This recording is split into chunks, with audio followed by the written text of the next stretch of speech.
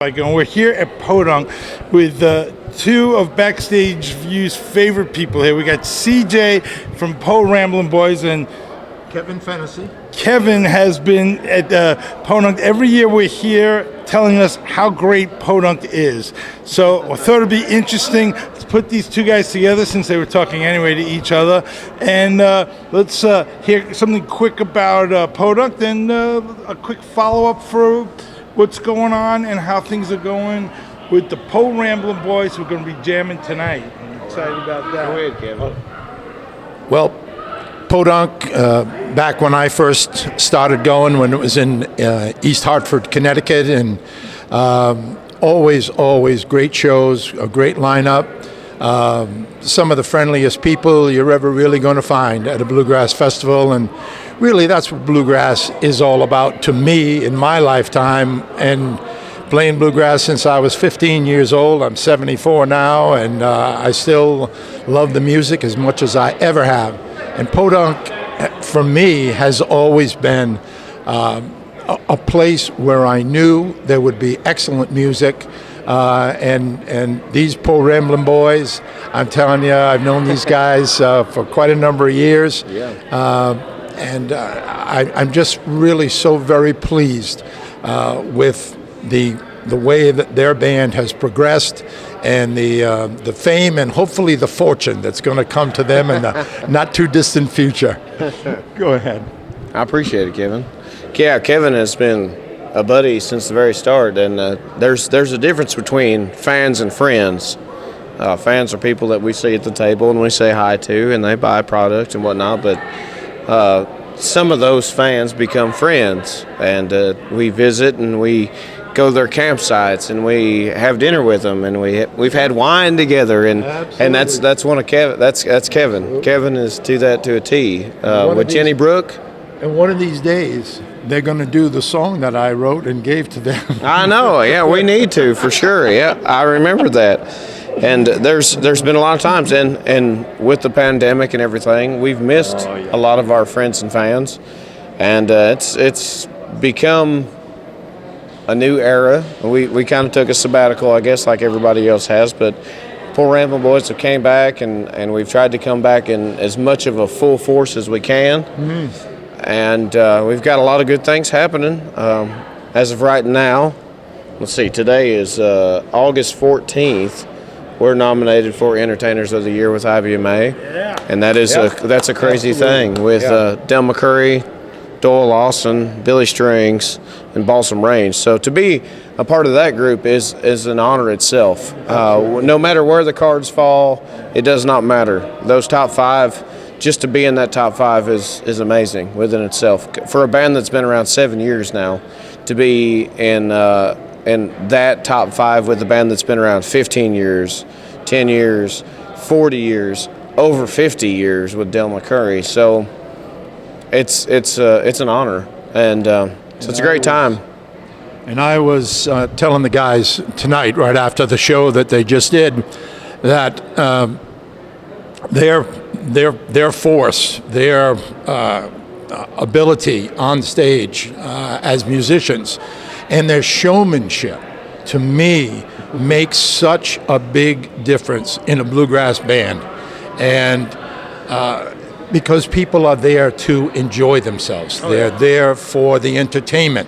And when you have a show that entertains people, and yet you see the caliber and the quality of the musicians and the ability of the singing and the musicianship, it's terrific. And that's, in a lot of ways, has always been, for me, something that Podunk has brought forth in different bands, different groups, even in individual performers that have been at Podunk down through the years. So. Yeah.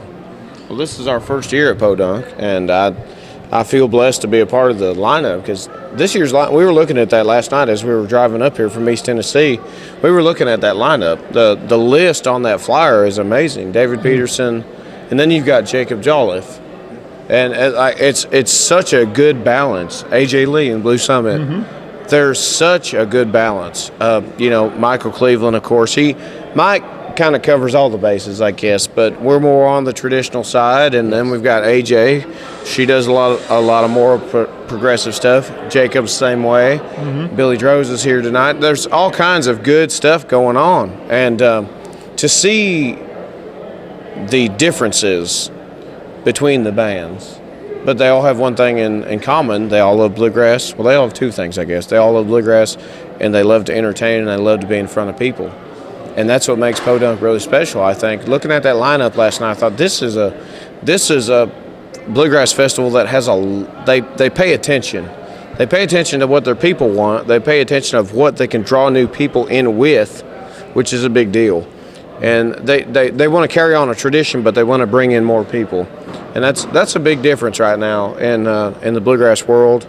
And I think Podunk's got a good grasp on that. And I just appreciate being a part of the lineup this year for the first time. If I could add, one of the things that I think is just super amazing is we all talk about bluegrass being like the artist being approachable. Your guys' friendship is really something special, because that really proves how bluegrass is different than so many other genres, because you don't see you guys sharing meals. And there's a lot of people that I would have never met, and probably you too, Kevin. There's a lot of people that I would have never met in my lifetime. There's a lot of places that I have been that I've never went to if it wasn't for bluegrass music. I would have never known Kevin. And every time I see Kevin, we have a good time. We're good friends, and I consider him a friend. I get emails from him, and we stay in contact as much as we can. But then when we met at Jenny Brook. Yes. Yeah, we met at Jenny Brook in Vermont in probably 2018, 17? Ooh, I think, yeah. Yeah, 17 or 18. I believe it might have been 18. Yeah, I think it was probably 18. Yeah. hard to think that Po Ramblin Boys have been around, what'd you say, how many years? The Po Ramblin Boys started in August of 2014 as a house band at a distillery in Gatlinburg, Tennessee. And our first ever job that we had, a bluegrass festival job, was in Canada in August of 2015. And from there on, it just kind of built up from there. 2017, we were nominated for a Momentum Award. 2018, we were nominated for Emerging Artist of the Year. 2019, we were nominated Song of the Year. 2020, we were nominated Song of the Year and Album of the Year. And then 2021, we're nominated for Entertainers of the Year. So everything has built up in a way that we didn't even plan, and that's fun. The same band plus Laura. It's the same band Plus Laura. since day one. When did Laura come on? Laura joined. She was a part of our gospel project, which came out in June of 2019. At Jenny Brook is when that came out. And she had recorded the fiddle on the project. She was just helping us out some. Her first job with us was probably December of 18. We met her in May of 2000. It was the year Ralph Stanley passed away. We met Laura at Ralph Stanley's festival the year that Ralph had passed away, 2016, I believe. No? Okay. I believe it was 2016. Anyhow. Long story short, we met Laura. She played a bunch of fill-in dates with us. She played the God's Love is So Divine project with us, and then played Toil, Tears, and Trouble with us on Rounder Records. And then we were nominated for a Grammy, and she decided to join the band. No, we were talking about her joining the band previously, but the Grammy, the nomination. So officially, January 2020 is when we brought Laura on. And then we had the pandemic, so Laura's still very fresh as the fifth piece of the Po Ramblin Boys. But other than that, it's been the four of us, Jasper, Jeremy, Josh, and myself, since the very beginning. And that's hard to do. It's hard to do, but it's easy to do when you're good friends. I had Joe Mullins. Joe Mullins told me one time in a conference that we were all sitting in. He didn't tell me exactly, but he told the group that was sitting there. He said, if you want consistency, you need to take care of your people. And I remembered that. And as the guy who pays the band, as the quote-unquote leader of the band, I make sure that I do that as much as I can, because I know that I can't do it without those other people.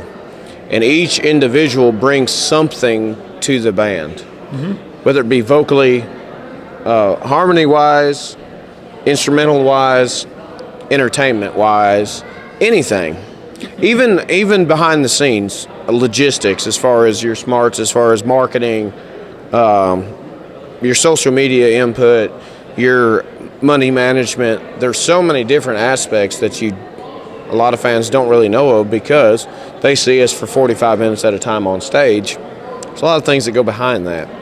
Even mechanics, when it comes to the bus and stuff like that, 2 weeks ago, I was under the bus adjusting the brakes before we left. It's just because I know how to do it, So there's a lot of things, So it's a good time, and I enjoy every time we get on stage. We work hard for that 45 or 90 minutes on stage in different ways, but it's always a good time to get up there. And since we've been nominated for the Grammy, and so many things have happened, we debuted on the Grand Ole Opry, even this Entertainer of the Year, I look at it as I'm celebrating something. Even if we don't win, we didn't win the Grammy, it's okay. We got nominated for a Grammy, which I never thought in my life. I'm 34 years old, so at the time I was 33 years old when I was nominated for a Grammy. Never in my lifetime would that even have crossed my mind. Never in my lifetime would I imagine playing the Grand Ole Opry stage. Never in my lifetime that I would have thought that I would be nominated for Entertainer of the Year with IVMA.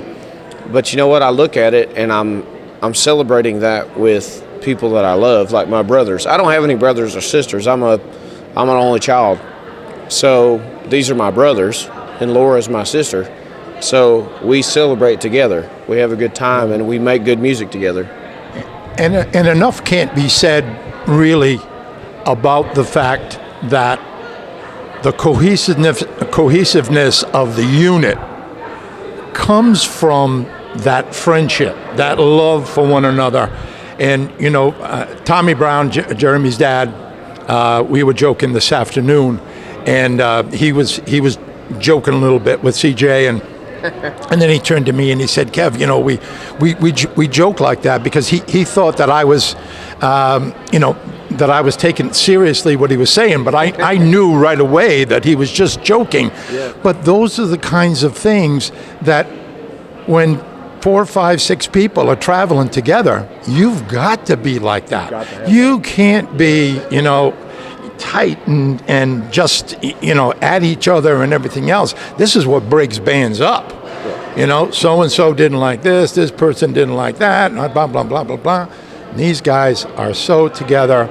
And, now with Laura, it is just a cohesive unit that, to me, is really, really, really going to go places. Guys, this has been such a great conversation. I'm so glad that I came over here with this. I'm excited tonight to see the Po Ramblin Boys on the gazebo stage, hosting something that's very Podunk special. You better get up there with us. I'm going to be there. I'm going to be there.